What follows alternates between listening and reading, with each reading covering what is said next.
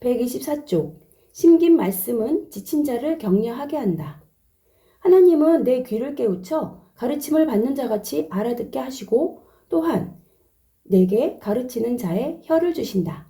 피곤한 자를 격려하고 도와줄 수 있게 나를 준비시키려는 것이다. 그러면 오늘날 세상에서 지친 자들은 누구인가? 신체적 노동으로 피곤하고 지친 이들, 감정적 고통과 정신적 괴로움에 지친 이들이 포함될 것이다. 분명 주님은 이런 자들도 격려하기를 원하신다.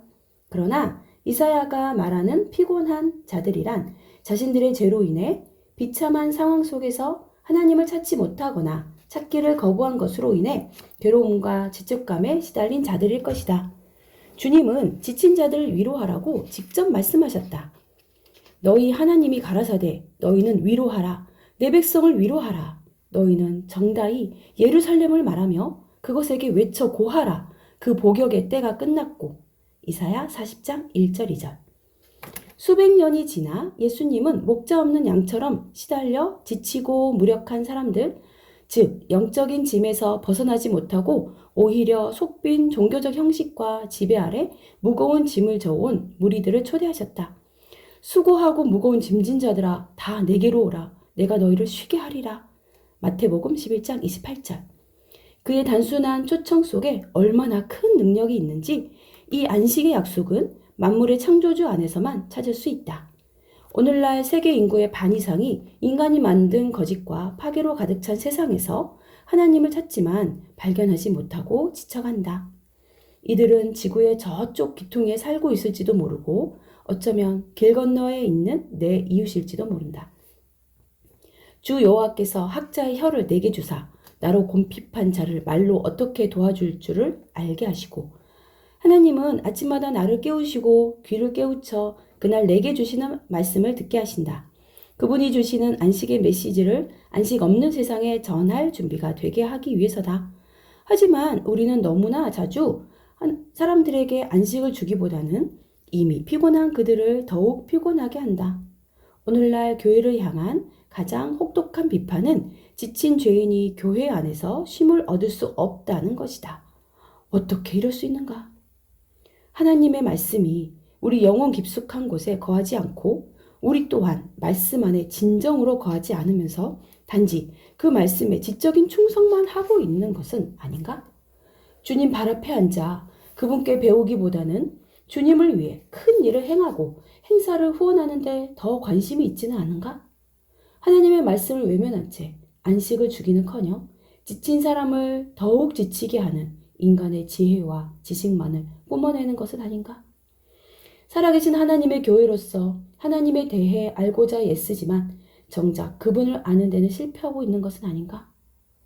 지치고 죄로 병든 세상에 안식과 생명을 주는 하나님의 음성이 되려면 먼저 아침마다 영혼의 성소에서 주님을 만나고 그분이 일반적인 세상이 아닌 나 개인에게 말씀하시는 것을 듣기 위해 열심히 기다려야 한다.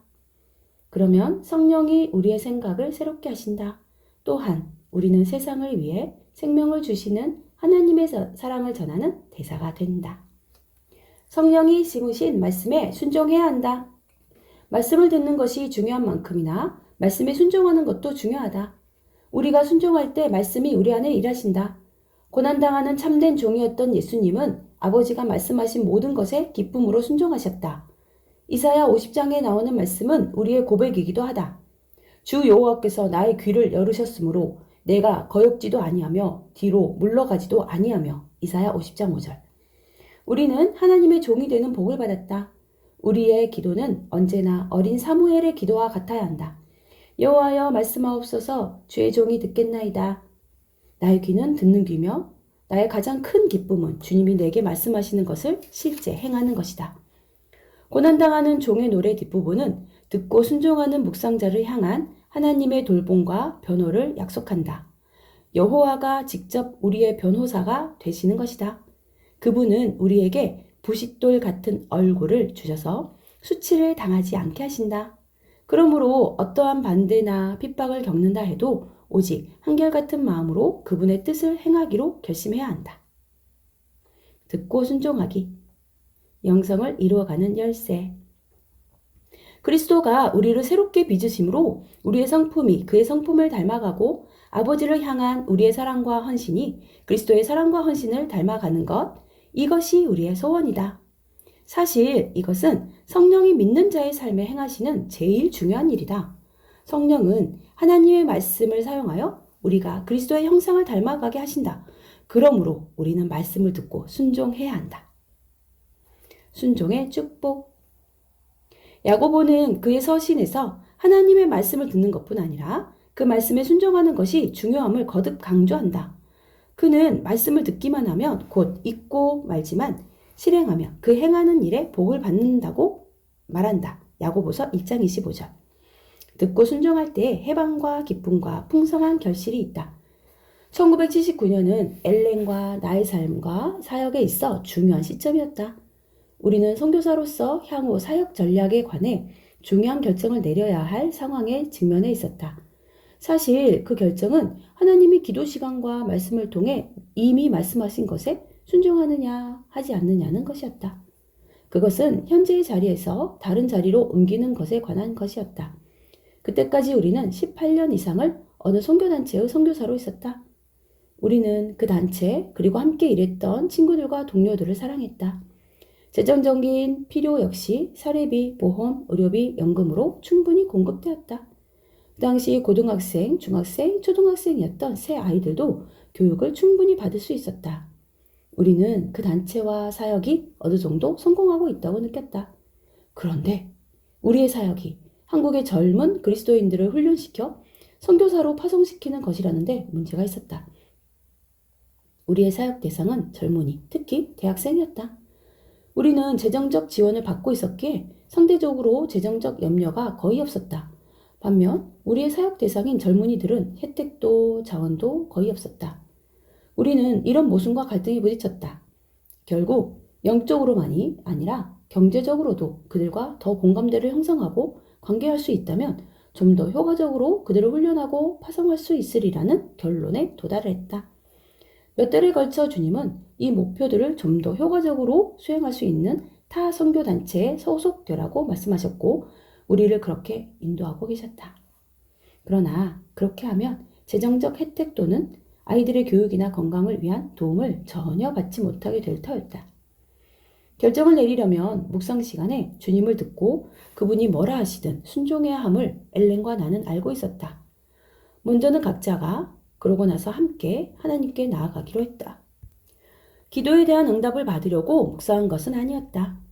응답에 초점을 맞춘다면 그것은 기도지 묵상이 아니다.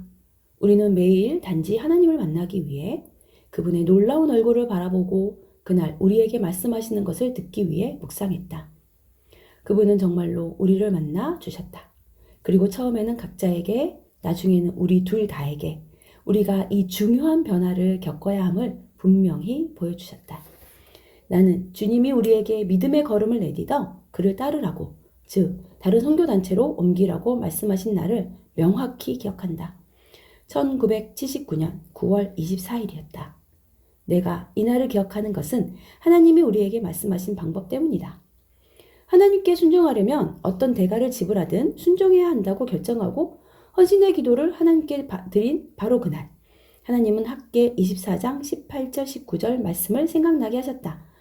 나는 학계의 예언 내용은 잘 알고 있었지만 그 구절의 내용이 무엇인지는 즉시 떠오르지 않았다. 우리는 성경을 펴서 읽었다. 너희는 오늘부터 이 전을 추억하여 보라. 9월 24일 곧 여호와의 전 지대를 쌓던 날부터 추억하여 보라. 곡식 종자가 오히려 창고에 있느냐. 포도나무, 무화과나무, 석류나무, 감람나무에 열매가 맺지 못하였느니라. 그러나 오늘부터는 내가 너희에게 복을 주리라. 9월 24일 우리가 주님께 완전히 순종하기로 결정한 바로 그날이다. 물론 고대 히브리 달력은 우리 현대인들이 쓴 달력과 다르다. 하지만 하나님의 이 말씀을 우리에게 주신 날은 우리의 달력으로 9월 24일이었다.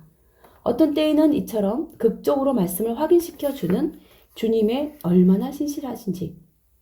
이 같은 기적적인 인도가 일반적인 것은 아니지만 이때는 우리가 삶의 궤도를 바꾸는 결정을 내려야 하는 중요한 때였다.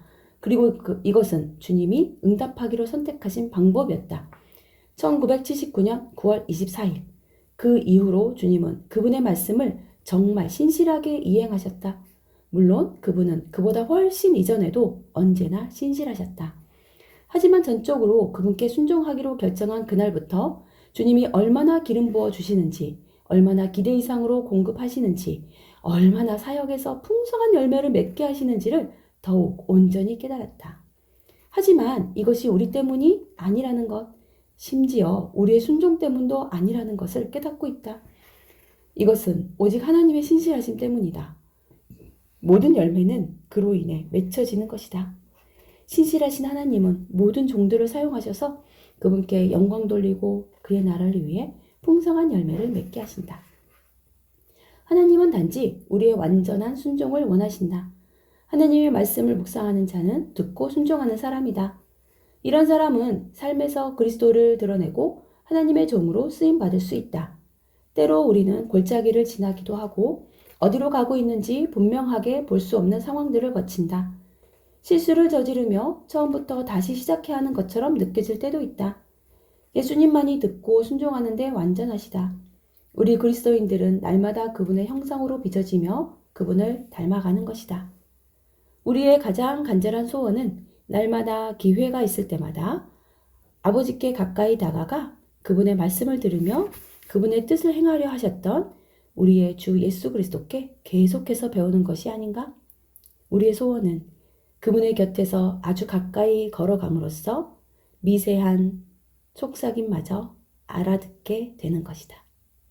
또한 온전히 헌신된 자세로 함께 걸으며 그분이 무슨 말씀을 하시든 순종할 준비가 되는 것이다.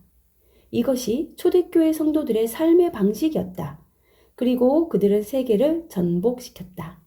성령이 말씀의 씨를 심으셔서 세상을 변화시키는 데 사용하시는 그런 묵상자가 되겠다고 응답하지 않겠는가?